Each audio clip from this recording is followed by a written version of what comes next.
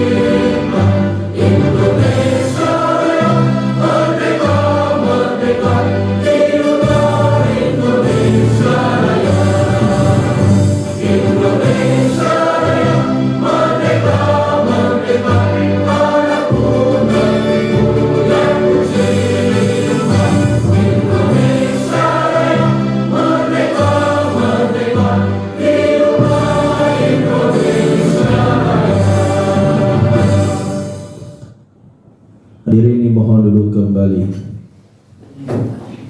Selanjutnya marilah kita berdoa, mudah-mudahan acara kita pada pagi hari ini senantiasa Allah berikan keberkahan dan kemudahan serta kelancaran. Amin ya rabbal alamin. Bika wa amtinani khairul mas'ulin wa ya mujibas sa'ilin. Amin. Alhamdulillah rabbil alamin. Allahumma salli ala sayyidina Muhammadin tibbil qulubi dawaiha وعافية الأبدان وشفائها ونور الأبصار وضيائها وعلى آله وصحبه وبارك وسلم.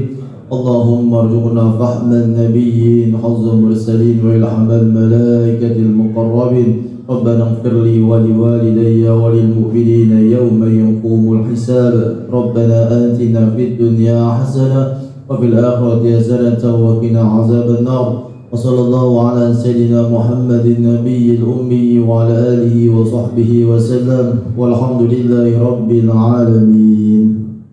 Selanjutnya marilah kita dengarkan sambutan dari Bapak Kepala Sekolah yang akan disampaikan oleh Bapak Suprapto MPD. Kepada beliau dengan segala hormat dipersilakan. Assalamualaikum warahmatullahi wabarakatuh. Ya, selamat pagi dan salam sejahtera untuk kita semuanya. Yang saya hormati Bapak Ibu Guru, kemudian yang saya hormati pula Bapak Ibu Guru, calon guru penggerak Angkatan 10 Jakarta Barat. Alhamdulillah pada kesempatan hari ini Bapak Ibu kita semuanya dalam keadaan sehat walafiat, sehingga kita bisa melaksanakan rutinitas kita. Bapak Ibu bekerja di SDN Kapuk 14 pagi ya. Bapak Ibu yang berbahagia, senang sekali dan bangga sekali Bapak Ibu bisa membersamai pada kesempatan hari ini, yaitu 3 orang dari calon guru penggerak yang ada di SDN Kapuk 14 pagi akan melakukan desiminasi terkait dengan budaya positif, yaitu tepatnya di modul 1.3. Bapak Ibu yang berbahagia, aksi nyata ini merupakan salah satu tugas wajib yang harus dikerjakan oleh calon guru penggerak Bapak Ibu, dan nantinya hasilnya akan diupload melalui LMS Bapak Ibu. Nah, ini merupakan bentuk kewajiban Bapak Ibu dari calon guru penggerak. Namun demikian Bapak Ibu, yang terpenting yaitu bagaimana calon guru penggerak yang ada di lingkungan sekolah kita ini berdampak positif untuk sekitar. Bagaimana teman-teman kita memberikan contoh dan keteladanan untuk kita semuanya. Nah, nanti teman-teman kita dari calon guru penggerak akan memaparkan budaya positif yang ada di sekolah kita ataupun berbagi praktek baik terkait dengan budaya positif. Nah, Bapak Ibu yang berbahagia, saya dorong juga untuk Bapak Ibu guru yang belum mendaftarkan calon guru penggerak ya Bapak Ibu, mungkin nanti ada kesempatan lagi, silakan untuk Bapak Ibu guru untuk mendaftar mengikuti pendidikan calon guru penggerak sebagai salah bentuk untuk pengembangan kompetensi yang ada di diri kita ya. Tentunya kompetensi yang ada di diri kita ini diharapkan bisa berdampak untuk peningkatan kompetensi kita, kemudian berdampak pula bagi lingkungan sekitar kita. Nah, ini Bapak Ibu, sekali lagi saya apresiasi untuk Bapak Ibu guru yang sudah meluangkan waktu berkenan hadir untuk sama-sama nanti melihat ya desiminasi dari teman-teman kita dari calon guru penggerak untuk melakukan desiminasi. Nah, nanti silakan Bapak Ibu bisa menganalisis hal-hal baik apa yang bisa menjadi keteladanan untuk kita, yang nantinya bisa berdampak positif untuk murid kita ya. Karena orientasi pembelajaran kita, orientasi pembelajaran yang ada di kelas, yang ada di sekolah kita itu berpusat pada murid. Mudah-mudahan kegiatan ini berjalan lancar Bapak Ibu, kita doakan sama-sama dari awal hingga akhir, amin ya rabbal alamin. Demikian sambutan dari saya selaku kepala sekolah. Sekali lagi apresiasi untuk Bapak Ibu guru dan calon guru penggerak untuk kesempatan hari ini. Saya akhiri sekian. Assalamualaikum warahmatullahi wabarakatuh. Demikian tadi sambutan dari Bapak Kepala Sekolah SDN Kapuk 14 pagi yang disampaikan oleh Bapak Suprapto MPD. Bapak Ibu guru, masuklah kita ke Bismillahirrahmanirrahim. Assalamualaikum warahmatullahi wabarakatuh. Waalaikumsalam warahmatullahi wabarakatuh. Apa kabarnya Bapak Ibu? Baik. Coba nih belum semangat nih. Semangat pagi. Pagi. Yes. Oke, luar biasa. Ya. Di sini saya Yuda akan mempresentasikan atau memaparkan modul 1.4 tentang budaya positif. Yang dimana budaya positif ini yang biasa kita laksanakan dalam kegiatan sehari-hari di sekolah. Ini merupakan diseminasi budaya positif dalam mewujudkan profil pelajar Pancasila di SDN Kampung 14 Pagi. Sebelum ke paparan budaya positif, saya ini mempunyai sebuah rencana tentang rancangan untuk aksi nyata saya. Nah, ini adalah yang pertama, saya membuat rancangan ada latar belakang yang dimana saya melihat adanya sebuah kebutuhan di sekolah dalam menerapkan komponen dalam budaya positif, antara lain ada disiplin positif, ada motivasi perilaku manusia, posisi kontrol guru, keyakinan kelas, dan penerapan segitiga restitusi. Yang dimana kita tidak ada tekanan yang dirasakan oleh seluruh warga sekolah, ya, sehingga mampu mengeluarkan semua potensi yang ada pada murid-murid kita. Nah, ini merupakan sebuah latar belakang yang saya ambil, yang dimana nantinya tujuan diskusi kali ini bertujuan, yang pertama ada dua. Saya ingin menerapkan pembelajaran yang mampu menggali sebuah potensi murid-murid sesuai dengan kodrat serta dengan tumbuh kembang, ya, sesuai dengan motivasi intrinsiknya dari dalam dirinya, bukan dari luar dirinya, ya. Dan yang kedua, dalam tujuan diskusi ini, yang kedua saya ingin menciptakan suatu iklim positif di sekolah SDN Kampung 14 Pagi ini dalam menanamkan budaya positif di sekolah dengan mengakar kepada nilai kebajikan yang universal, berarti secara menyeluruh, ya. Yang selanjutnya saya mempunyai sebuah tolak ukur yang dimana ada 4 saya membuatnya. Yang pertama, terlaksananya diseminasi konsep inti budaya positif di sekolah SDN Kampung 14 Pagi ini. Yang kedua, saya ingin menyelesaikan masalah murid dengan jalan restitusi, yang dimana nanti kita akan belajar bagaimana cara menangani anak yang mempunyai sebuah permasalahan dengan jalannya ini nanti jalannya dengan menggunakan jalan restitusi. Yang selanjutnya, saya ingin membuat sebuah keyakinan kelas oleh semua guru. Biasanya Bapak Ibu guru sudah membuat nih keyakinan kelas di tiap kelasnya. Nanti kita akan diskusikan, kita akan sharing di situ, ya. Yang keempat, saya ingin menjalankan semua keyakinan kelas dengan konsisten, ya.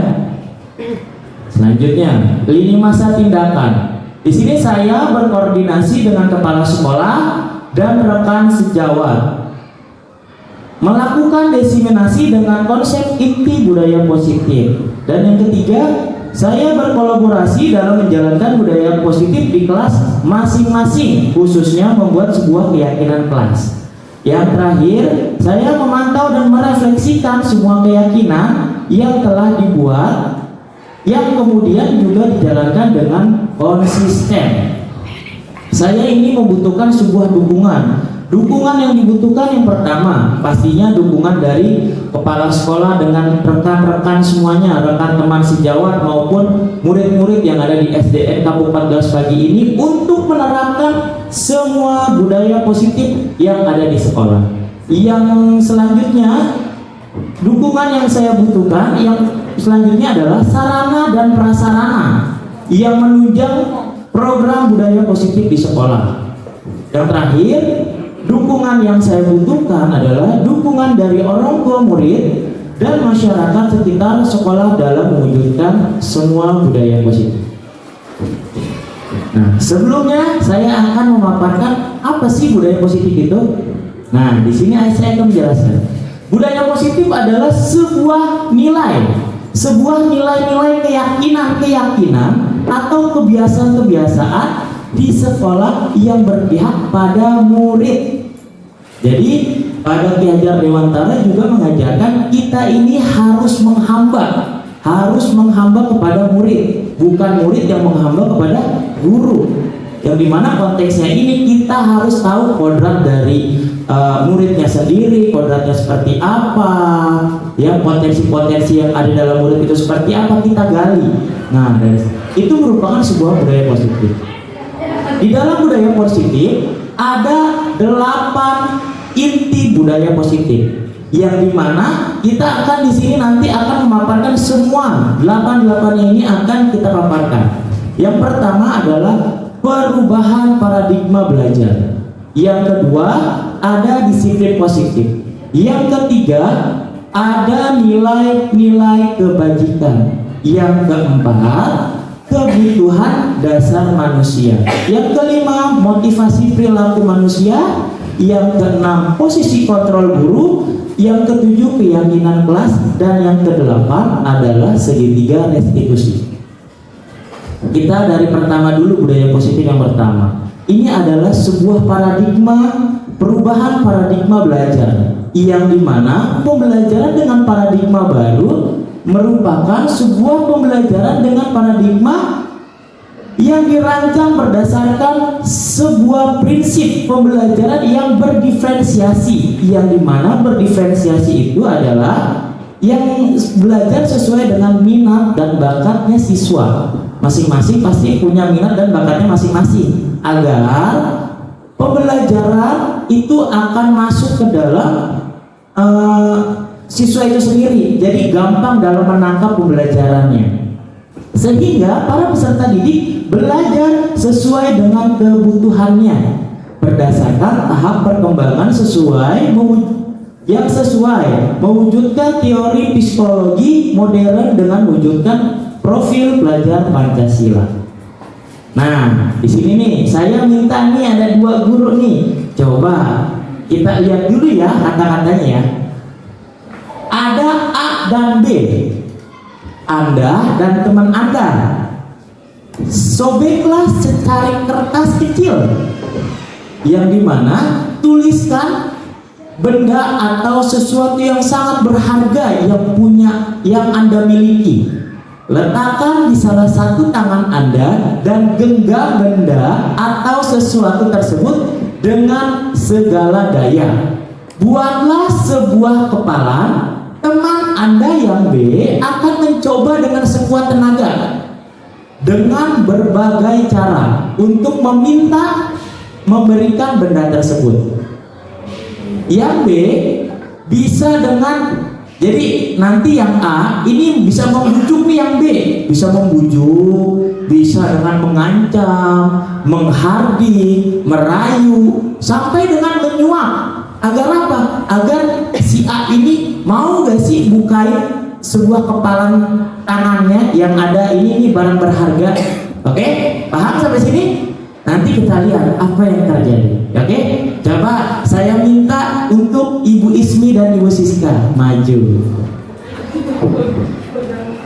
Coba buat secari kertas, ya, buat secari kertas. Ibu Ismi mau yang A apa yang B? Ibu Siska? Oh, yang A berarti yang merayu, yang menghardik ya. Berarti yang punya benda berarti, oh yang punya benda berarti Bu Ismi. Ya berarti yang ini Bu Siska ini merayu ya. Bagaimana caranya biar benda ini bisa dilihat atau diambil oleh Bu Siska? Ya, coba ditulis Bu Ismi. Benda apa yang menurut Bu Ismi berharga? Entah itu surat tanah, ya, entah itu BPKB mobil, motor, ya. Kita. Nah, silakan berdiri Bu Ismi. Silakan Bu Siska berdiri. Coba gimana caranya? Ini ada mic-nya nih sebentar. Coba bagaimana cara merayunya, coba kita lihat. Pegangin aja nih Pak. Dipegangin aja. Coba. Nggak pandai ngerayu sih Pak. Oke. Dengan segala cara kan gitu kan. Oke. Bu Bu Ismi. Ya. Boleh nggak sih buka kepalan tangannya? Nggak boleh. Kenapa?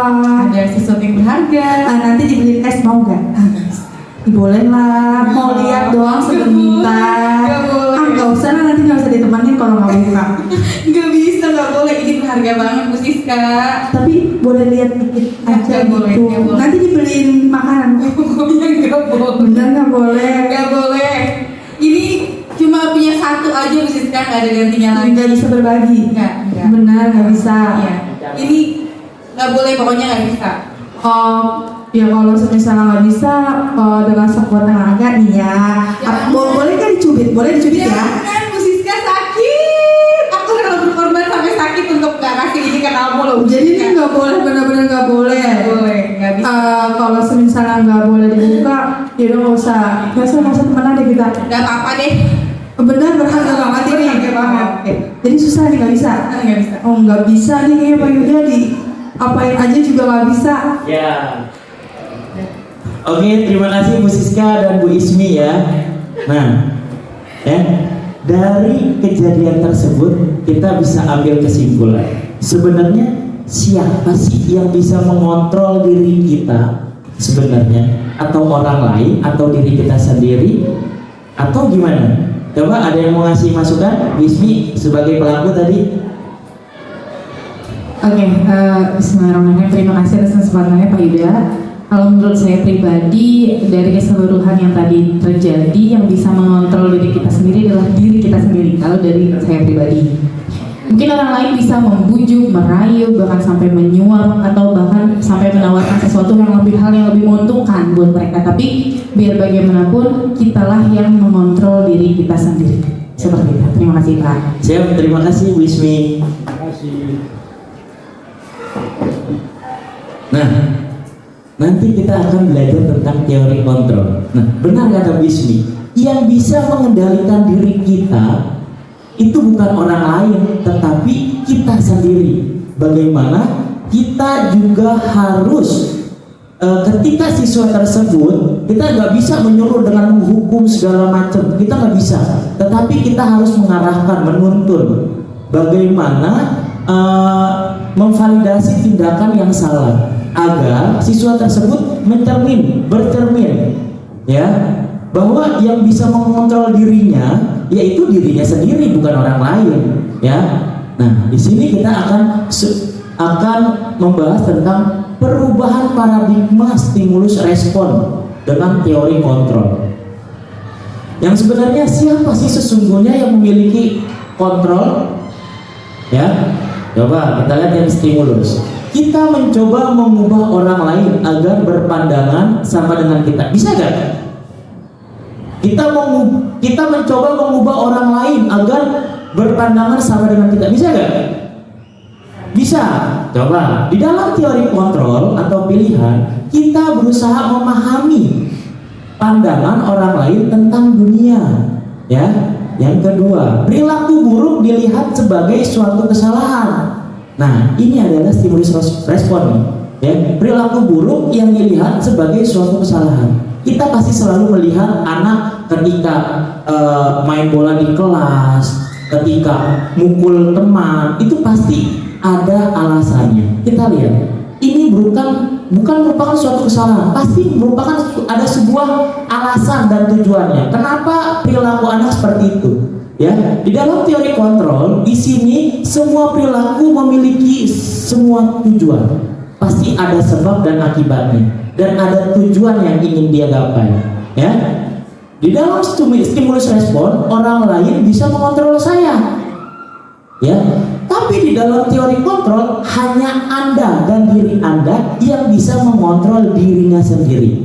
Ya, jadi orang lain itu nggak bisa mengontrol diri Anda. Jadi hanya Anda yang bisa mengontrol diri Anda. Ya, di dalam stimulus respon, pemaksaan ada pada saat bujukan gagal.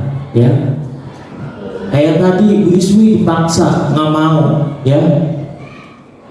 Ya, itu adalah yang mengontrol adalah Ibu Ismi, dirinya sendiri, bukan orang lain. Walau dengan teknik ancaman sekalipun, walau dengan cara mau dibunuh segala macam, ya kan? walaupun dengan disuap, ya, itu adalah yang mengontrol adalah dirinya sendiri. Dan dalam teori kontrol, kolaborasi dan konsensus menciptakan pilihan-pilihan baru. Di dalam stimulus respon, model berpikir menang atau kalah. Kita pasti berpikirnya kalau misalkan kita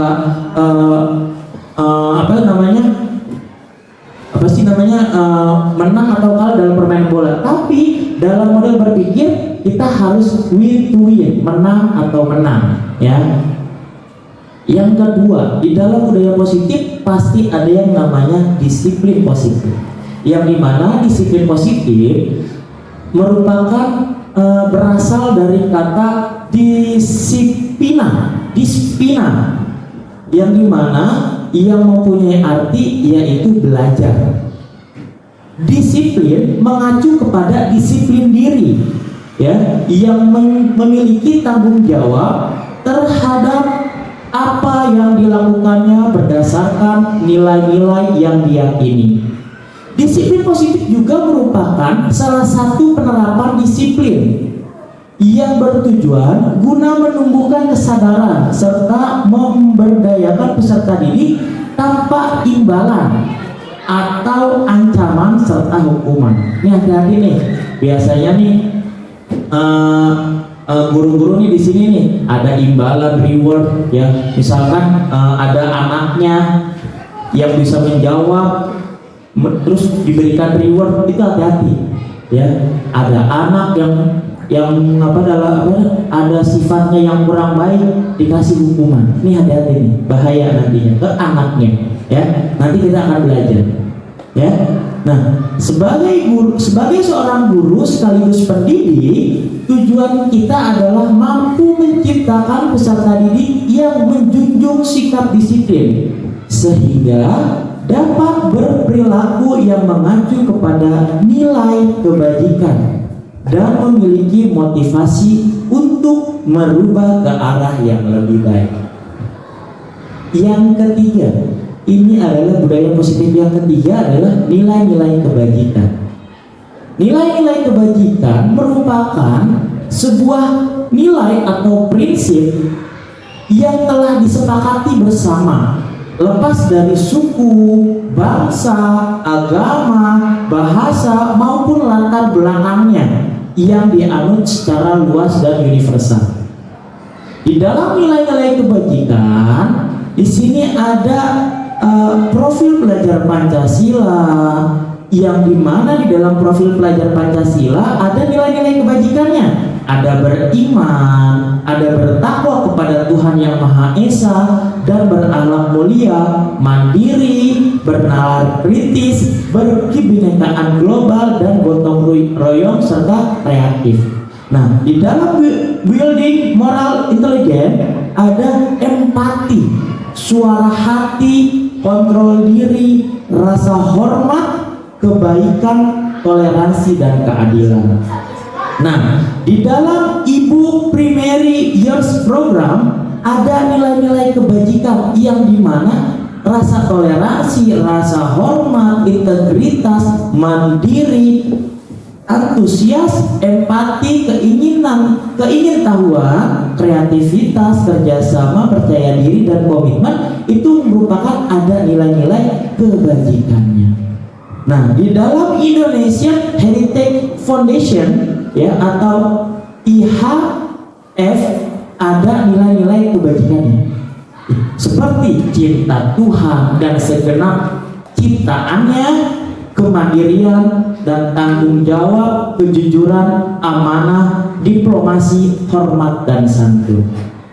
Nah, selanjutnya adalah di dalam budaya positif ada yang namanya kebutuhan dasar manusia, yang dimana kebutuhan dasar manusia merupakan sebuah segala bentuk yang dilakukan untuk mendapatkan apa yang kita inginkan. Segala hal yang kita lakukan pasti memiliki sebuah tujuan tertentu, serta seluruh usaha yang kita lakukan adalah dalam rangka agar kebutuhan dasar kita terpenuhi dengan baik. Itu merupakan definisi dari kebutuhan dasar manusia, yang dimana kebutuhan dasar manusia itu ada 5, ya.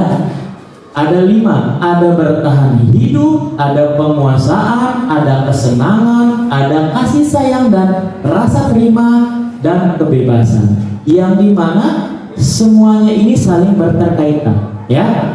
Yang dimana yang pertama bertahan hidup, ya, bertahan hidup. Contoh, ada sandang, pangan, papan, kesehatan serta keselamatan dan lain-lain, ya. Di dalam kebutuhan dasar manusia juga butuh penguasaan, yang dimana butuh harga diri, prestasi, memimpin, diakui dan didengar. Bila manusia tidak ada penguasaan seperti ini, mungkin ada yang kurang. Ya, kayak kita kurang diakui oleh teman kita tidak pernah didengar. Ya, itu bisa jadi ada yang namanya pertengkaran, ya, di dalam sebuah organisasi.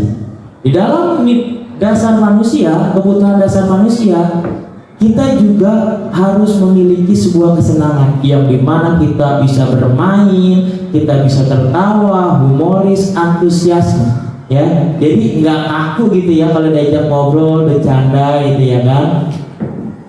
Dan yang keempat, kita juga harus memiliki kasih sayang dan rasa diterima, yang dimana contohnya ini adalah kita bisa berbagi dengan orang lain, kita bisa bekerja sama, menjadi bagian dari kelompok dan lain-lain.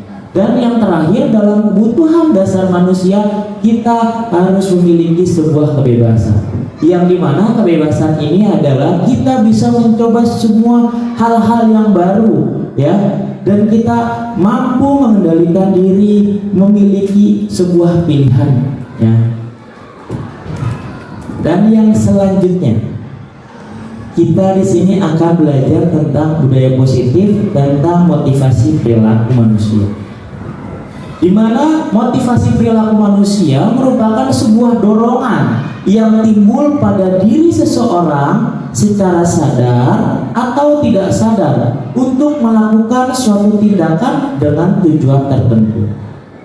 Di dalam motivasi perilaku manusia, menurut Diane Gosen dalam bukunya Restructuring School Discipline, menyatakan ada 3 motivasi perilaku manusia. Yang pertama, motivasi manusia untuk menghindari ketidaknyamanan atau hukuman. Yang kedua, motivasi perilaku manusia untuk mendapat sebuah imbalan atau penghargaan dari orang lain. Yang ketiga, motivasi perilaku manusia untuk menjadi orang yang mereka inginkan dan menghargai diri sendiri dengan nilai-nilai yang mereka percaya.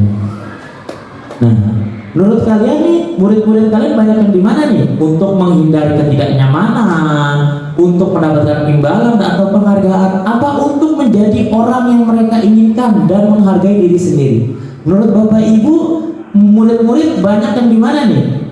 1, berarti untuk menghindari ketidaknyamanan atau hukuman, ya. Coba kita lihat, ada contohnya.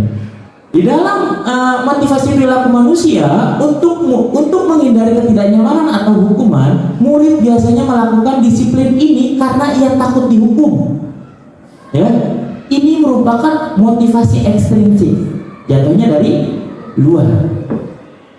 Ya, jadi karena dia takut, ya, adanya hukuman, udahlah kerjain aja, ntar dihukum lagi. Lari lapangan 10 kali, itu yang merupakan bukan dari dirinya, ya.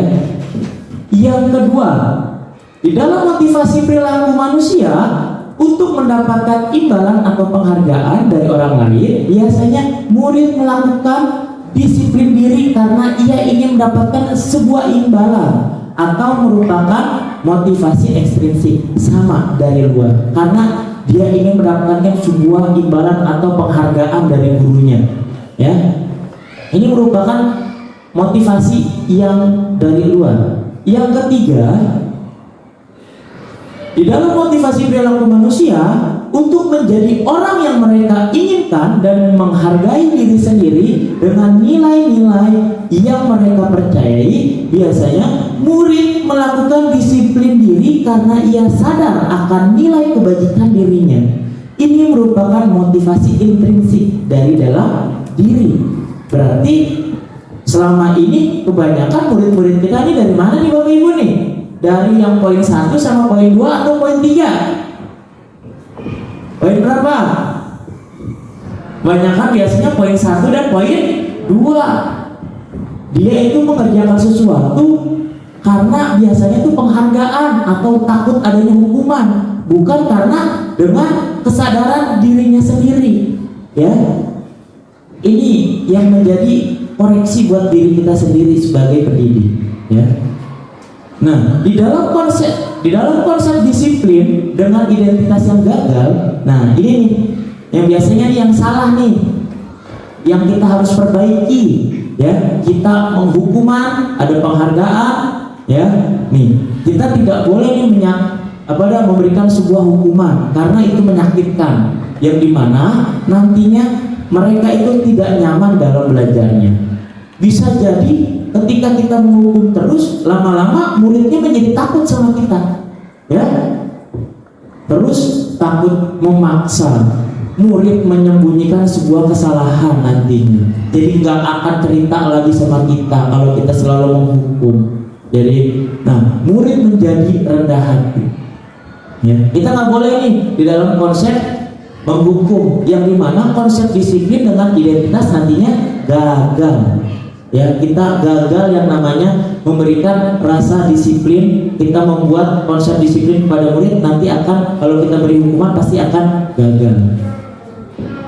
Di dalam konsep disiplin dengan identitas gagal, kita yang memberikan penghargaan. Ini hati-hati kita ketika memberikan sebuah penghargaan, ya, yang dimana penghargaan ini tidak efektif, bisa merusak hubungan nih karena iri. Biasanya nih temannya nih, ya, temannya nih biasanya nih ada saingan, karena rankingan gitu kan.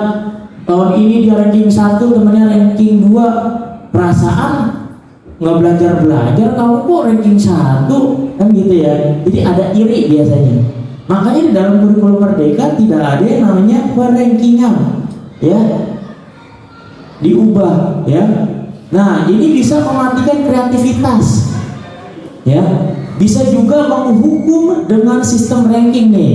Di dalam kurikulum Merdeka kan udah nggak ada yang namanya sistem perankingan di dalam rapor, ya. Ini bisa merusak disiplin identitas yang gagal. Yang terakhir adalah merampas hak yang menghargai. Nah, gimana sih kalau kita ajarin disiplin kepada siswa yang benar atau sukses? Nah, kita ada konsekuensi dan restitusi. Yang dimana di dalam konsekuensi ada penguatan jangka panjang nantinya, dan murid dan guru juga perlu memonitoring berkelanjutan, ya, serta dengan stimulus respon, dan murid menghormati aturan tersebut, dan murid kehilangan waktu untuk merenungi kesalahannya, ya. Nah, di dalam konsekuensi juga sebenarnya belum tentu benar nih. Sebenarnya yang paling baik ini adalah menggunakan restitusi, yang dimana nanti muridnya bertanggung jawab untuk atas perlakuannya. Yang kedua, di dalam restitusi murid menjadi fokus pada pemecahan masalah yang jangka panjang. Dan yang ketiga, murid nantinya akan menghormati dirinya sendiri dan menghormati orang lain. Dan yang keempat, murid akan berdasarkan teori kontrol, dirinya yang akan memegang kontrol dirinya sendiri. Dan yang terakhir adalah murid bersemangat memperbaiki semua kesalahan-kesalahan.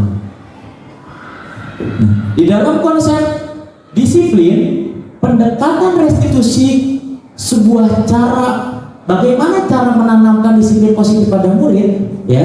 Kita menggunakan dengan pendekatan restitusi, yang dimana restitusi sendiri merupakan sebuah proses menciptakan kondisi bagi murid untuk memperbaiki kesalahan mereka, sehingga mereka bisa kembali pada kelompok mereka dengan karakter yang lebih kuat.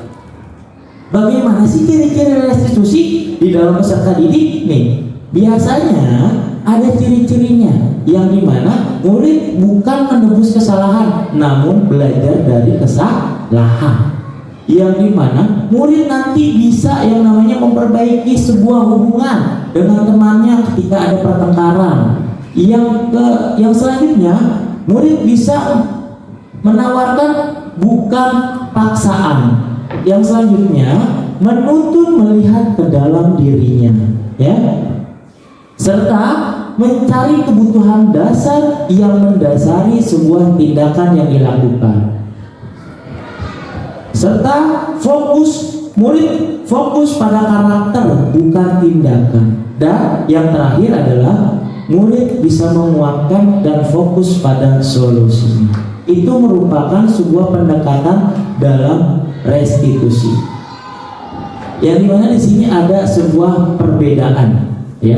Di dalam saya membuat sebuah kasus, ya, contoh kasus yang dimana ada perbedaan nih antara hukuman, konsekuensi dan restitusi. Yang dimana perbedaannya kita lihat sama-sama. Contoh kasusnya, siswa sering tidak mengerjakan PR. Nih biasanya banyak nih di dalam peserta didik di sekolah kita, ya. Siswa sering tidak mengerjakan PR. Kalau kita beri hukuman, contoh, guru menghukum siswa tersebut hormat bendera 10 menit. Yang kedua, guru marah dan menjadi takut pada murid. Ini dibenarkan atau tidak? Kalau kita memberi hukuman, kalau ada siswa yang tidak mengerjakan PR, dibenarkan atau tidak nih kalau kita memberikan hukuman seperti ini? Tidak dong. Benar ya? Tidak, karena ini nantinya muridnya jadi akan takut, akan malas untuk pergi ke sekolah, akan malas ketemu gurunya kalau gurunya ini seperti ini, selalu memberikan sebuah hukuman, ya. Dan ada perbedaan di dalam konsekuensinya. Coba kalau kita pakai konsekuensi, tadi kan pakai hukuman, coba kita pakai konsekuensi, yang dimana guru memberikan konsekuensi untuk mengerjakan PR-nya saat istirahat atau dikerjakan sebanyak 3 kali lipat. Ini juga merupakan sebuah konsekuensi yang memberatkan, ya. Yang dimana jadi gurunya muridnya males nih. Muridnya malas datang ke sekolah karena ada PR nih sekarang nih. Jadi malas datang ke sekolah, mana belum ngerjain lagi, pura-pura dah nggak masuk, bolos. Nah ini nih yang dimana nanti guru tegas dan siswa yang menghormati aturan. Ini adalah contoh perbedaan dari hukuman dan konsekuensi.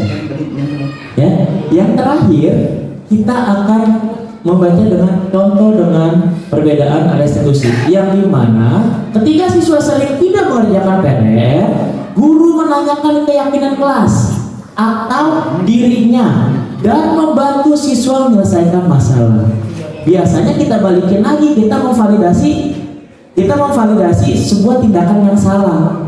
Sudah benar belum dengan keyakinan kelas yang kita buat, yang kita sepakati bersama? Sudah benar belum? Kita balikin kepada siswa tersebut, ya.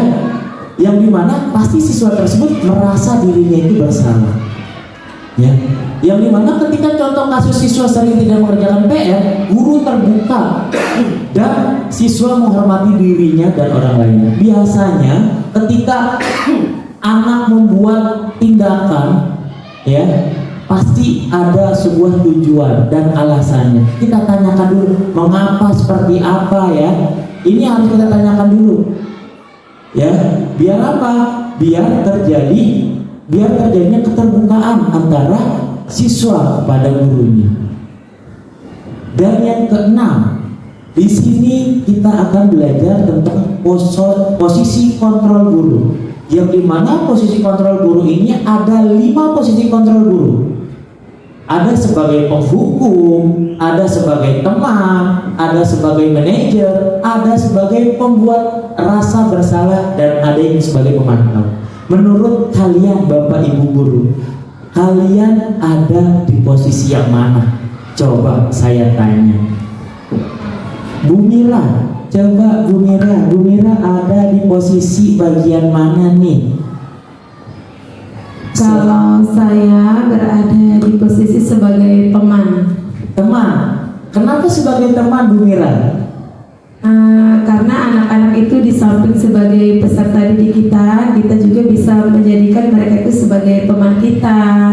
Mungkin di rumahnya kurang ini dengan orang tua, dia bisa bercerita kepada guru. Oke, baik. Terima kasih Bu Mira, beri tepuk tangan buat Bu Mira. Oke, selanjutnya coba saya mau tanya Bu Dela. Bu Dela sekarang menurut Bu Dela posisi yang mana nih sekarang nih? Penghukum, teman, manajer, membuat rasa bersalah atau pemantau? Tadi kan Bu Mira sebagai teman. Coba Bu Dela. Mungkin Bu Dela yang mana? Sebagai penghukum? Apa sebagai manajer atau sebagai pemantau atau sebagai pembuat rasa bersalah atau juga sebagai teman? Kalau menurut Bu Dela sekarang ada di posisi yang mana? Kalau saya sih dua ya, teman sama pemantau. Oh, teman sama pemantau. Kenapa tuh Bu Dela teman sama pemantau? Kalau teman sih kurang lebih sama Bu Mira, karena kita dengerin anak-anak apalagi kelas 1 banyak cerita ya, sharing di kelas tentang dia sama teman-temannya di rumah atau sama keluarga. Jadi kita menempatkan diri kita sebagai teman mereka.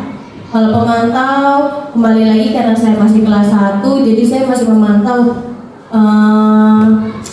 keinginan apa anak-anak belajar tuh maunya kayak gimana, sukanya kayak apa. Jadi masih sebagai pemantau. Masih pemantau. Gitu sih, teman dan pemantau ya. Luar biasa buat Bu Dela. Beri tepuk tangan buat Bu Dela. Coba selanjutnya nih saya ingin menanyakan terkait masalah mapel ya. Coba guru mapel nih Pak Dede. Pak Dede, sekarang Pak Dede posisinya ada di posisi kontrol guru yang mana nih Pak Dede? Ada 5 nih Pak Dede. Ada penghukum, teman, manajer, pembuat rasa bersalah, dan pemantau. Sebagai guru mapel, Pak Dede ada di mana? Baik, untuk saya pribadi lebih cenderung memposisikan diri sebagai seorang manajer, yang mana manajer dalam hal ini sebagai seorang pemimpin dengan bawahan selalu mengayomi, mendampingi, juga serta mengarahkan. Jadi ketika si anak memiliki problem, permasalahan baik itu di pelajaran maupun di rumahnya, kita senantiasa bisa terus mendampingi dan mengarahkan. Seperti itu Pak. Siap, terima kasih Pak Dede. Beri tepuk tangan buat Pak Dede. Ya, terima kasih Pak Dede ya. Jadi ada berbagai macam ya saat ini ya. Ada yang sebagai teman, ada yang sebagai teman dan pemantau, ada yang juga sebagai manajer. Seharusnya kita tuh harus ada di posisi mana sih sebagai guru? Cek sama-sama. Ya. Di dalam 5 posisi kontrol ya. Di dalam yang pertama, guru berbuat. Ketika berbuat, kita dihukum, menghardik atau menunjuk-nunjuk, menyakiti, menyindir, membuat orang merasa bersalah. Ya, ini adalah identitas yang gagal. Yang dimana kalau misalkan guru yang seperti ini, murid-muridnya juga nggak mau dekat sama guru-gurunya. Ketika guru-guru sebagai teman atau pemantau, ketika sebagai teman membuat alasan-alasan untuk muridnya, serta kalau sebagai pemantau itu menghitung dan mengukur. Ketika sebagai manajer, kita guru harus berbuat mengajukan sebuah pertanyaan-pertanyaan. Ya, yang dimana di sini ada contoh sebuah penerapan 5 posisi kontrol. Ketika ada kasus, ya, peserta didik tidak mengenakan atribut lengkap pada saat kegiatan upacara bendera. Kalau kita sebagai guru, posisi kontrol kita sebagai penghukum, kita biasanya menghukum untuk siswa yang tidak mengenakan atribut, suruh hormat bendera selama 1 jam di lapangan. Apa itu dibenarkan? Tidak. Kalau kita sebagai guru, sebagai posisi kontrol pembuat rasa bersalah, kita tanyakan, sudah sering Bapak tegur kamu untuk berpakaian lengkap, namun tidak ada perubahan. Kamu sangat mengecewakan Bapak. Apakah itu dibenarkan? Tentu tidak. Ya, itu juga ada salahnya di sini. Ya, yang selanjutnya, kalau kita sebagai teman, ya, Contoh, Fahri bisa tidak kamu ikuti aturan sekolah. Fahri bisa tidak kamu ikuti aturan sekolah. Coba lihat deh teman-teman kamu saja bisa kok berpakaian lengkap tiap hari. Senin, lain kali kamu harus rapi ya. Itu adalah posisi kontrol sebagai teman. Apakah benar? Ya, kita bisa bilang benar, bisa juga bilang salah. Ya, kalau kita sebagai pemantau, ya, kalau kita sebagai pemantau hari ini kamu sudah melanggar aturan sekolah, kamu tahu kan konsekuensinya? Senin depan jangan terulang lagi. Bapak perhatikan Bapak akan memperhatikan kamu, ya. Ini adalah sebagai pemantau. Nah, kalau misalkan kita sebagai manajer, kita pasti membuat sebuah pertanyaan. Tolong dengarkan Bapak. Kamu sudah tahu kesalahan kamu pada hari ini, bukan? Pasti dia akan menjawab, iya Pak, karena saya seperti ini tidak menggunakan atribut. Ya. Lalu kira-kira bagaimana cara kamu memperbaiki kesalahan yang sudah kamu lakukan? Dia akan mencari sebuah solusinya sendiri. Ya. Jadi bukan kita yang mencari solusi, tapi anaknya sendiri yang akan membuat sebuah solusi. Ya. Yang dimana manusia itu biasanya ketika ada permasalahan, mereka pasti sudah bisa yang namanya membuat solusi untuk dirinya sendiri. Itu adalah sebuah manajer yang dimana kita harus ada di dalam posisi seperti ini.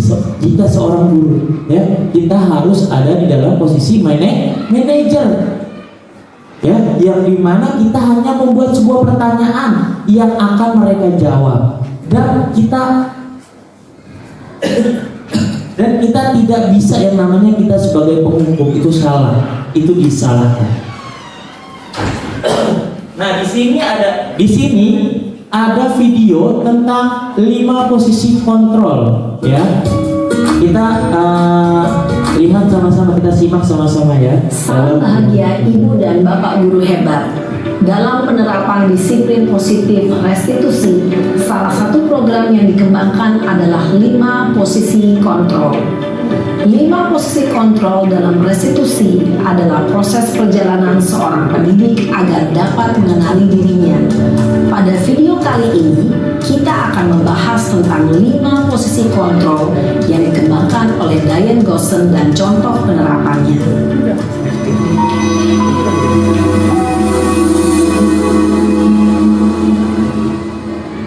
5 posisi kontrol itu adalah: 1. Posisi penghukum. 2. Posisi pembuat merasa bersalah. 3. Posisi teman. 4. Posisi pemantau atau monitor. Dan 5. Posisi manajer. Untuk lebih memahami kelima posisi tersebut, mari kita saksikan kasus Naren yang terlambat hadir 20 menit di sekolah dan melihat bagaimana kelima posisi kontrol dalam menghadapi masalah tersebut.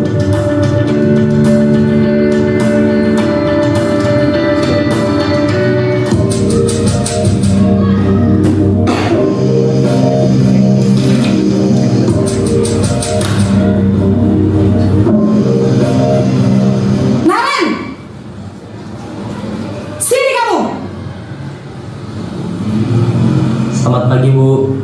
Selalu terlambat. Kamu deh, pasti terlambat.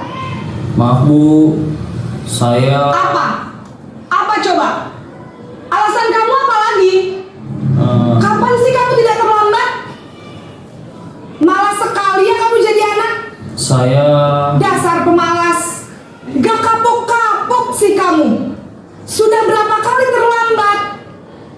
Sana, kamu keliling lapangan basket 2 kali. Kenapa saya harus keliling lapangan basket, Bu? Kenapa? Kamu melawan ibu. Berani-beraninya jawab. Sudah terlambat, masih berani jawab pula. Sekarang, keliling lapangan basket 5 kali sekalian. Biar kapok. Cepat. Pergi sana ke lapangan basket. Posisi penghukum biasanya berbicara dengan nada tinggi, menghardik, menunjuk-nunjuk, menyakiti, dan menyindir. Hukuman bisa berupa fisik maupun psikis. Ibu dan Bapak guru hebat, dampak yang terjadi pada murid ketika guru berada pada posisi penghukum adalah murid cenderung akan memberontak, bahkan menyimpan dendam.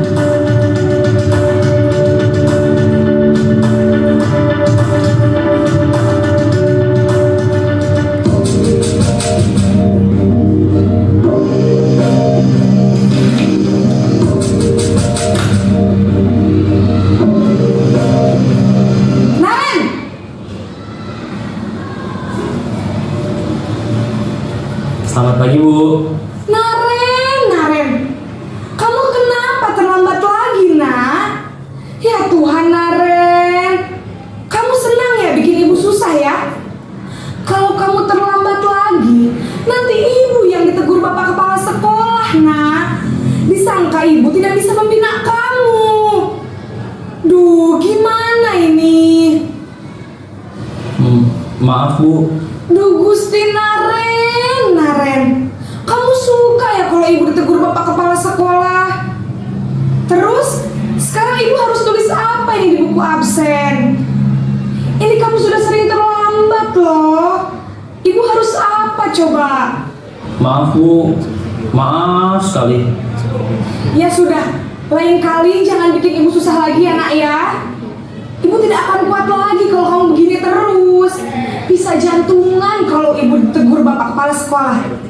Sana cepat ke kelas. Maaf ya, Bu. Maaf sekali. Posisi pembuat rasa bersalah berbicara dengan nada tenang, cenderung lembut. Namun kata-kata yang diutarakan membuat murid merasa menjadi orang yang gagal, memandang buruk dirinya sendiri, merasa tidak berharga, dan tidak sanggup membahagiakan orang lain.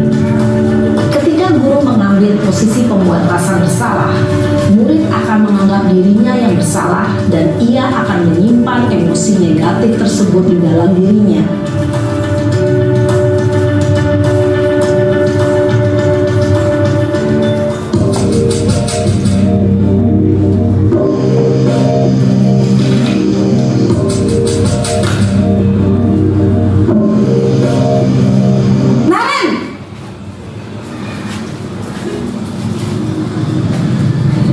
Selamat pagi, Bu. Wah, sudah jam berapa ini, nak? Terlambat lagi ya, sayang. Iya, Bu. Habis ibu saya lupa bangunkan saya, Bu. Kamu malah menyalahkan ibu kamu. Kamu bukannya anak yang larinya paling kencang. Kok terlambat sih? Iya, Bu. Saya memang terlambat bangun tadi. Jadi, biarpun saya lari kencang, tetap gak kekejar, Bu. Ya sudah sana, nanti lain kali larinya lebih kenceng lagi ya, biar gak terlambat lagi. Bikin seneng ibu, demi ibu, bisa kan? Bisa lah, Bu. Ya sudah sana masuk kelas, ibu beresin urusan absen kamu. Kamu ini ada-ada saja. Dalam posisi teman, guru berbicara dengan nada suara ramah, akrab, cenderung bersenda gurau untuk menjaga suasana tetap santai. Murid akan merasa senang, aman, dan akrab dengan guru. Identitas yang tercipta adalah identitas sukses atau berhasil. Namun, perlu diingat, karena ini masih dorongan eksternal, maka ada faktor ketergantungan dari murid kepada orang tertentu. Di sini guru absennya, sehingga di lain waktu murid bisa berperilaku baik, namun hanya kepada orang-orang tertentu saja.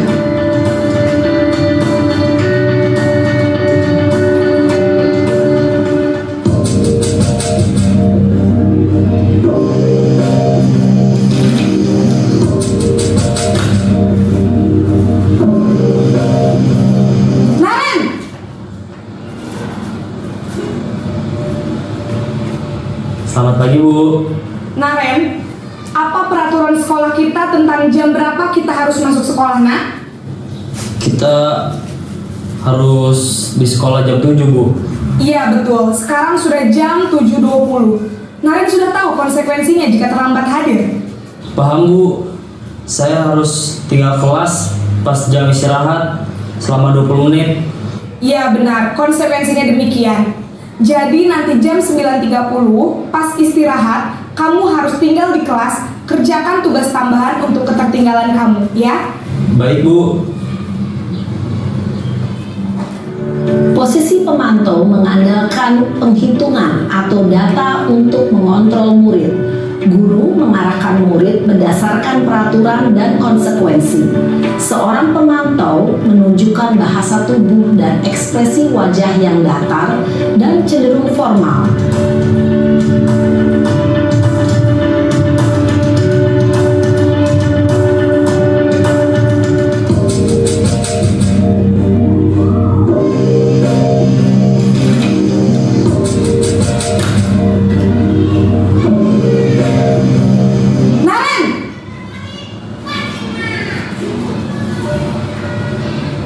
Selamat pagi, Bu.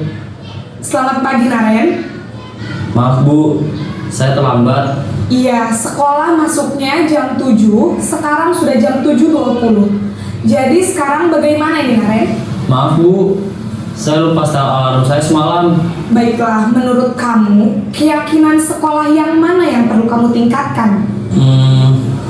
Menghargai diri sendiri dan orang lain mungkin ya, Bu. Setuju. Jadi, apakah Naren meyakini prinsip saling menghormati tersebut? Iya, Bu. Saya meyakininya. Apakah Naren bersedia memperbaiki masalah keterlambatan ini? Bersedia, Bu. Bagaimana kamu akan perbaiki masalah keterlambatan ini? Saya akan coba untuk tidak lupa menyetel alarm saya, Bu. Baik, kalau Naren lupa menyetel alarm di rumah, ada orang yang kira-kira bisa bantu mengingatkan tidak? Ada, Bu. Kakak saya, Kak Emma. Ada lagi selain Kak Emma? Selain Kak Emma, ada ibu saya. Baik, jadi yang mengingatkan Naren adalah Kak Emma dan ibu kamu ya? Kira-kira akan mulai setel alarm kapan nih, Naren? Setelah pulang sekolah, akan segera saya lakukan. Baik, jadi Naren akan setel alarm untuk bangun besok pagi dan akan diingatkan oleh kakak dan ibunda Naren ya. Ada lagi yang mungkin perlu dilakukan, Naren, agar tidak terlambat bangun lagi? Tidak ada, Bu. Baik, Naren, terima kasih untuk kerjasama kamu. Sekarang kamu perlu kembali ke kelas untuk belajar. Baik, Bu. Terima kasih. Posisi manajer adalah posisi kontrol yang disarankan untuk membimbing murid memiliki sikap disiplin yang positif, yaitu murid yang mandiri, bertanggung jawab, dan dapat memecahkan masalah. Tujuan dari posisi ini adalah agar murid dapat berefleksi atas tindakannya. Guru akan dengan tulus memberikan pertanyaan-pertanyaan bermakna, sehingga membuat murid dapat belajar dari kesalahannya dan mencari sebuah solusi untuk menyelesaikannya. Ibu dan bapak guru hebat, setelah mengamati adegan kelima posisi kontrol tadi, kira-kira posisi mana yang paling ideal? Posisi mana yang dapat menunjang motivasi intrinsik murid? Ya, tentu posisi manajer. Posisi ini memang posisi ideal yang ingin dituju setiap pendidik. Pada posisi inilah, guru dapat menerapkan disiplin positif yang berpihak pada murid, yang memerdekakan murid. Perjalanan seorang pendidik tentunya tidak mudah untuk sampai pada posisi seorang manajer. Namun, tujuan kita pasti, yaitu menciptakan murid-murid yang mandiri, merdeka, dan bertanggung jawab. Semoga penggambaran 5 posisi kontrol yang telah diperlihatkan ini dapat menjadi ajang refleksi bagi kita semua, agar dapat terus mengasah dan menerapkan disiplin positif yang memerdekakan murid. Mari terus berlatih dan bersemangat. Selamat menerapkan. Salam dan bahagia Ibu dan Bapak Guru hebat.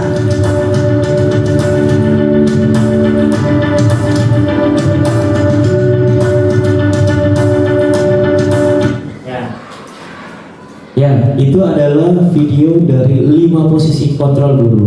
Ya, jadi kita harus yang namanya terus belajar untuk menjadi di dalam posisi manajer. Ya, yang dimana nanti tadi kan sudah dibilang sama ibu. Ya, ketika kita harus belajar sampai dengan posisi manajer, kita kan selama ini kan salah, ya. Mungkin ada tindakan-tindakan yang salah. Kita menghukum kita sebagai teman itu sebenarnya kurang tepat, ya. Kita harus sampai dengan menjadi posisi seorang guru, menjadi posisi manajer. Nah, di sini ada posisi kontrol. Apakah aku? Coba kita lihat bersama. Bapak atau ibu kecewa sekali dengan kamu. Ini ada di dalam posisi kontrol yang mana menurut bapak ibu? Membuat rasa bersalah. Apakah benar? Iya, betul. Ya, ini ketika bapak atau ibu kecewa sekali dengan kamu, ini adalah membuat murid merasa bersalah. Ya. Kalau yang ini posisi kontrol, apakah aku? Kamu tidak pernah benar mengerjakannya. Ada yang tahu? Tunjuk tangan. Apa? Adalah hukuman. Ya. Coba kita lihat. Ini adalah sebagai contoh posisi kontrol guru sebagai penghukum. Ya, dengan kata-katanya kamu tidak pernah benar mengerjakan. Ya. Yang selanjutnya adalah posisi kontrol. Apakah aku? Tolong anak-anak dengarkan bapak ibu. Teman, coba. Ya, betul. Ini adalah sebagai posisi kontrol sebagai teman. Tolong anak-anak dengarkan bapak ibu. Gitu ya. Ini adalah posisi kontrol sebagai teman. Yang selanjutnya, posisi kontrol. Apakah aku? Kamu tidak akan pernah selesai kalau cara belajarmu seperti ini. Apa? Konsekuensi manajer. Kita lihat sama-sama. Ini adalah sebagai pemantau. Ya.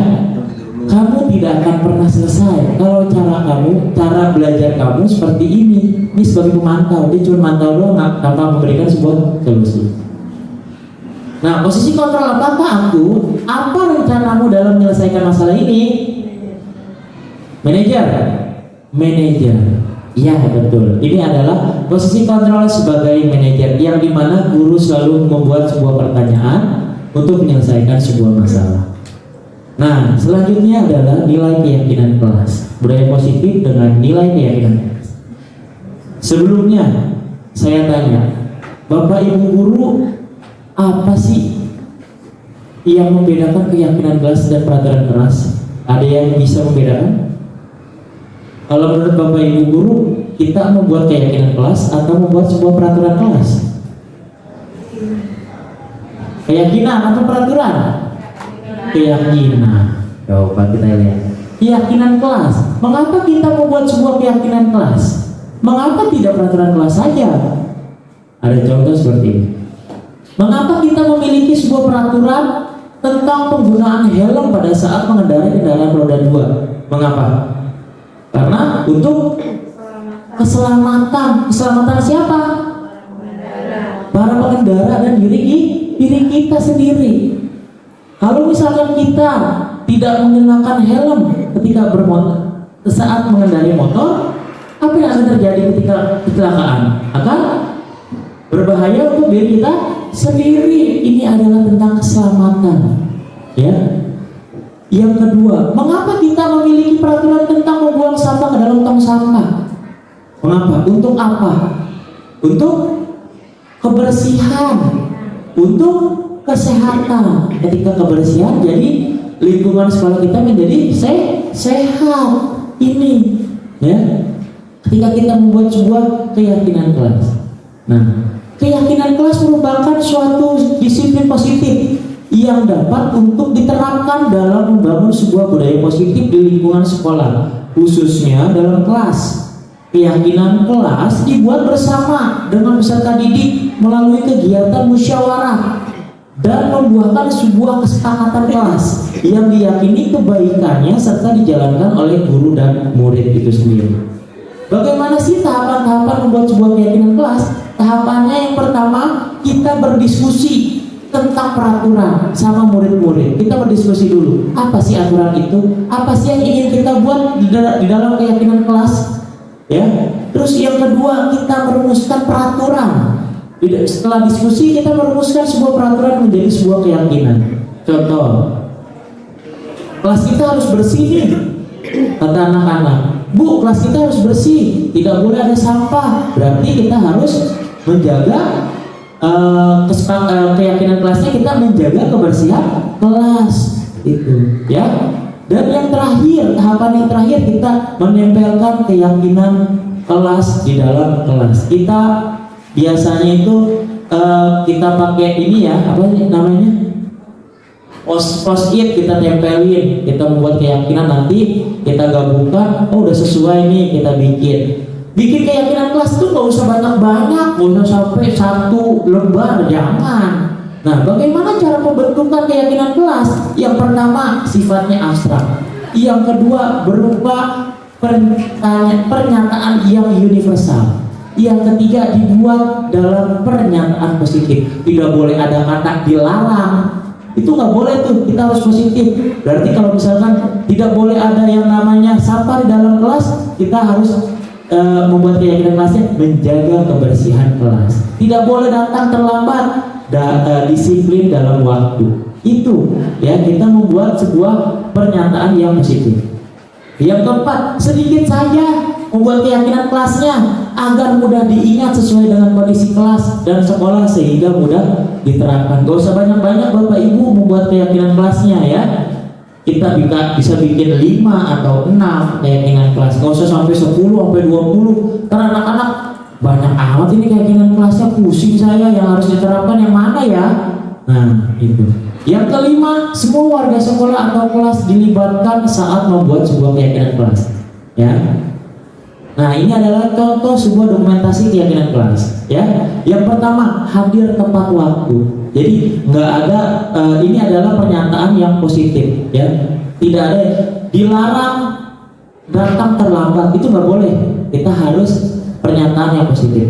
Hadir tepat waktu, berdoa sebelum dan sesudah belajar, seragam sekolah. Kita harus datang ke sekolah sesuai dengan jadwal yang sudah diberikan, sesuai dengan seragamnya. Disiplin dan aktif dalam pembelajaran, yang dimana ketika mau bertanya izin kemana juga kita harus tunjuk tangan. Yang ketiga, peralatan sekolah, dipastikan membawa semua perlengkapan yang ada untuk menunjang pembelajaran di dalam kelasnya.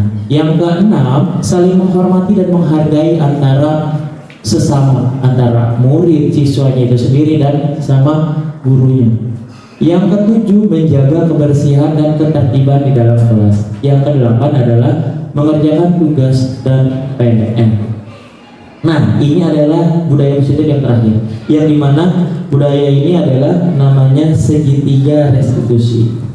Di dalam segitiga restitusi ada 3 tahapan. Yang pertama itu menstabilkan identitas. Yang kedua adalah memvalidasi tindakan yang salah. Yang ketiga menanyakan sebuah keyakinan.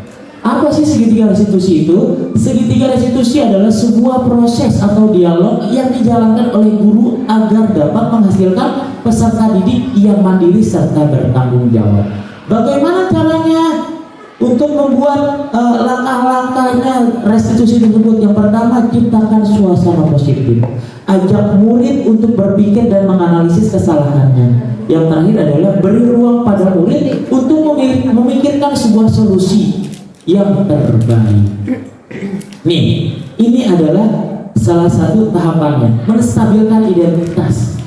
Berdasarkan prinsip membuat kesalahan adalah bagian dari proses pembelajaran, maka berbuat salah itu merupakan sebuah kodrat manusia, itu merupakan sebuah hal yang wajar.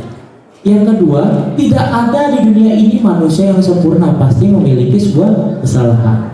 Bapak Ibu tidak mencari siapa yang salah, tetapi Ibu dan Bapak ingin mencari solusi dari permasalahan ini. Ya. Yang selanjutnya, yang kedua, validasi tindakan yang salah. Berangkat dari prinsip setiap perilaku untuk berupaya memenuhi sebuah kebutuhan yang tertentu. Pasti ketika kita memvalidasi tindakan yang salah, pasti di situ ada alasan yang kamu lakukan ketika membuat sebuah tindakan yang salah. Yang kedua, padahal kamu bisa melakukan hal yang lebih buruk daripada ini ya. Yang ketiga, kamu patut bangga pada dirimu. sendiri karena kamu telah melindungi sesuatu yang penting buatmu. Yang terakhir, kamu boleh mempertahankan sikap itu, tapi kamu harus menambahkan sikap yang baru. Dan yang terakhir adalah menanyakan keyakinan kelas, yang dimana berdasarkan prinsip teori kontrol bahwa kita pada dasarnya termotivasi secara intrinsik dari dalam diri. Yang dimana di sini ada pertanyaan-pertanyaannya. Apa keyakinan kelas kita? Nilai apa yang telah disepakati bersama? Seperti apa gambaran sebuah kelas yang ideal menurut kamu? Kamu ingin menjadi orang yang seperti apa? Itu adalah dari dalam diri. Nah, ini adalah contoh penerapan segitiga restitusi pada murid saya. Belum. Videonya keren Pak Yuda, keren.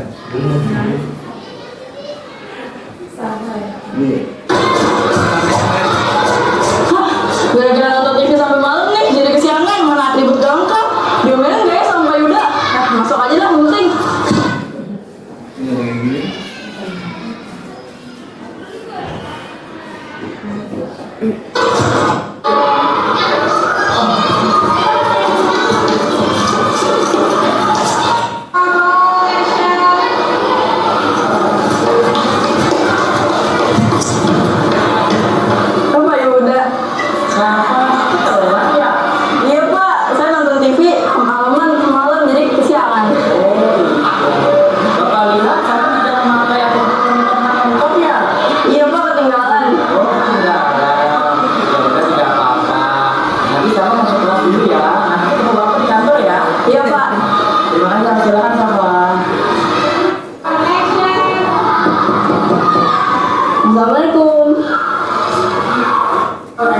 Waalaikumsalam Safa. Silakan masuk Safa. Silakan duduk di depan Bapak ya. Gimana kabarnya Safa hari ini? Sehat Pak. Alhamdulillah. Bapak lihat Safa tidak menggunakan atribut pramuka ya? Iya. Masih ada di tas atau di rumah Safa? Atribut pramuka saya ketinggalan di rumah Pak. Oh ya sudah. Pak. Semua orang pasti pernah melakukan sebuah kesalahan seperti ini. Rabu lalu Dina juga sama kok seperti kamu, tidak membawa atribut lengkap. Tapi saya takut dihukum Pak, nanti saya malu. Tidak apa-apa. Safa melakukan kesalahan ini pasti ada alasannya kan? Iya Pak. Tadi pagi saya buru-buru datang ke sekolah karena saya kesiangan. Terus atribut pramuka saya jadi ketinggalan deh. Nah, itu sudah bagus Safa. Safa tidak terlambat datang ke sekolah. Hanya saja ketinggalan atribut pramuka ya kan? Iya Pak. Berarti tadi pagi Safa sudah cepat siap-siap datang ke sekolah. Nah sekarang kita lihat Safa tidak memakai atribut pramuka. Kira-kira hal tersebut melanggar keyakinan kelas kita nggak? Iya Pak, melanggar. Keyakinan kelas seperti apa yang Safa langgar? Kedisiplinan waktu. Kedisiplinan waktu. Nah sekarang Safa tahu kan disiplin waktu itu kira-kira penting tidak buat Safa? Penting Pak.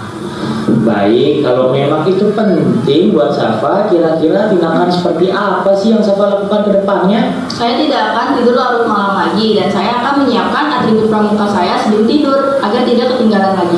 Nah, bagus kalau Safa sudah memperbaikinya. Nantinya Safa akan menjadi orang yang seperti apa yang Safa inginkan? Lebih mandiri dan disiplin Pak dari sebelumnya. Baik, kalau seperti itu. Sekarang Safa boleh masuk ke dalam kelas. Terima kasih Safa sudah berkunjung ke kantor Bapak. Silakan Safa. Baik Pak, terima kasih.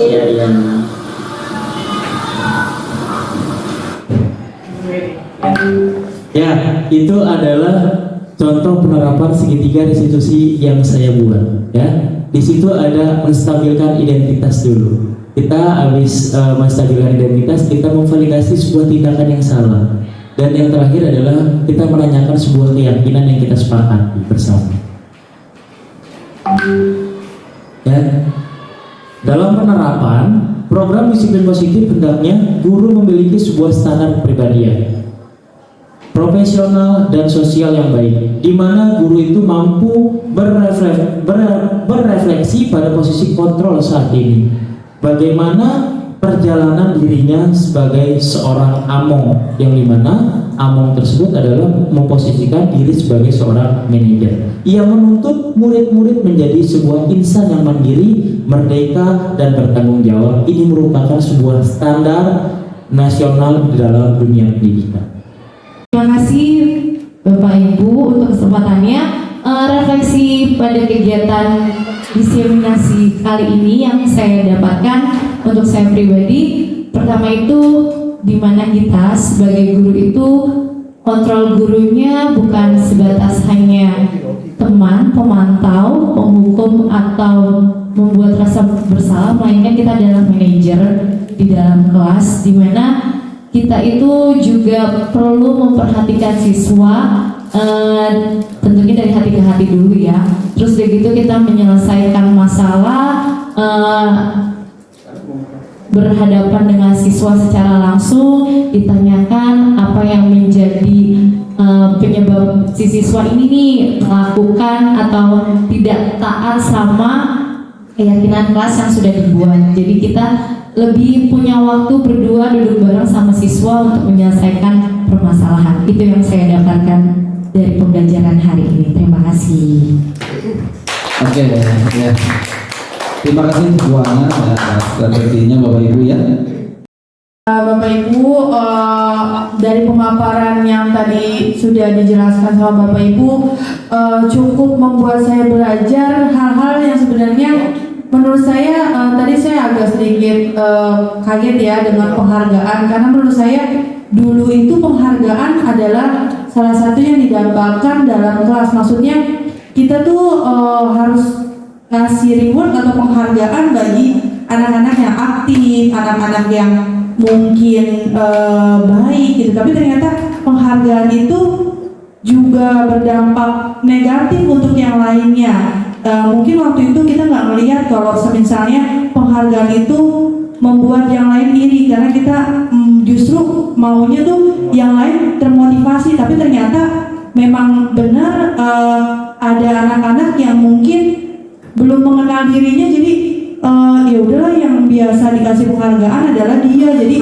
mereka berpikirnya ya dia aja yang nantinya akan diberikan reward atau yang dikasihkan penghargaan. Jadi dari penghargaan itu juga buat yang lain jadi nutup kreativitasnya, jadi nggak membuka apa ya kreativitasnya gitu sih Pak. Jadi tadi juga yang restitusi itu kita juga baru belajar ternyata guru itu bukan hanya teman, karena kita pikir teman itu biar kita tuh mendapatkan simpati dan empati dari anak tuh di kelas tuh dia anggap oh kalau guru jadi teman tuh apapun jadi mudah. Ternyata bukan hanya teman, dan posisi teman itu juga benar. Teman itu menurut saya ada rasa memakluminya. Tapi kalau misalnya di manajer kan kita mungkin ngelihat rulesnya kita sebagai teman juga, sebagai pemantau juga, yang mungkin itu lebih efektif dalam posisi guru gitu. Terima kasih. Iya, tepuk tangan Bapak Ibu ya. Alhamdulillah. Semoga sesi belajar kita hari ini membawa manfaat sehingga dapat mewujudkan pelajar yang berprofil Pancasila, yang berprofil pelajar Pancasila. Salam Merdeka Belajar. Terima kasih. Bapak Ibu yang dirahmati Allah Subhanahu wa taala, demikianlah acara kita pada pagi hari ini. Mudah-mudahan apa yang disampaikan oleh ketiga teman kita tadi senantiasa bisa menjadi ilmu yang bermanfaat untuk kita semuanya. Amin ya rabbal alamin. Mudah-mudahan ketiga teman kita tadi Allah Subhanahu wa taala lancarkan dan berikan kemudahan ke depannya. Amin ya rabbal alamin. Kalau ada jarum yang patah jangan disimpan di dalam besi. Kalau ada kata-kata yang salah jangan laporkan saya ke polisi. Adanallahu wa iyyakum ajma'in. Wassalamualaikum warahmatullahi wabarakatuh.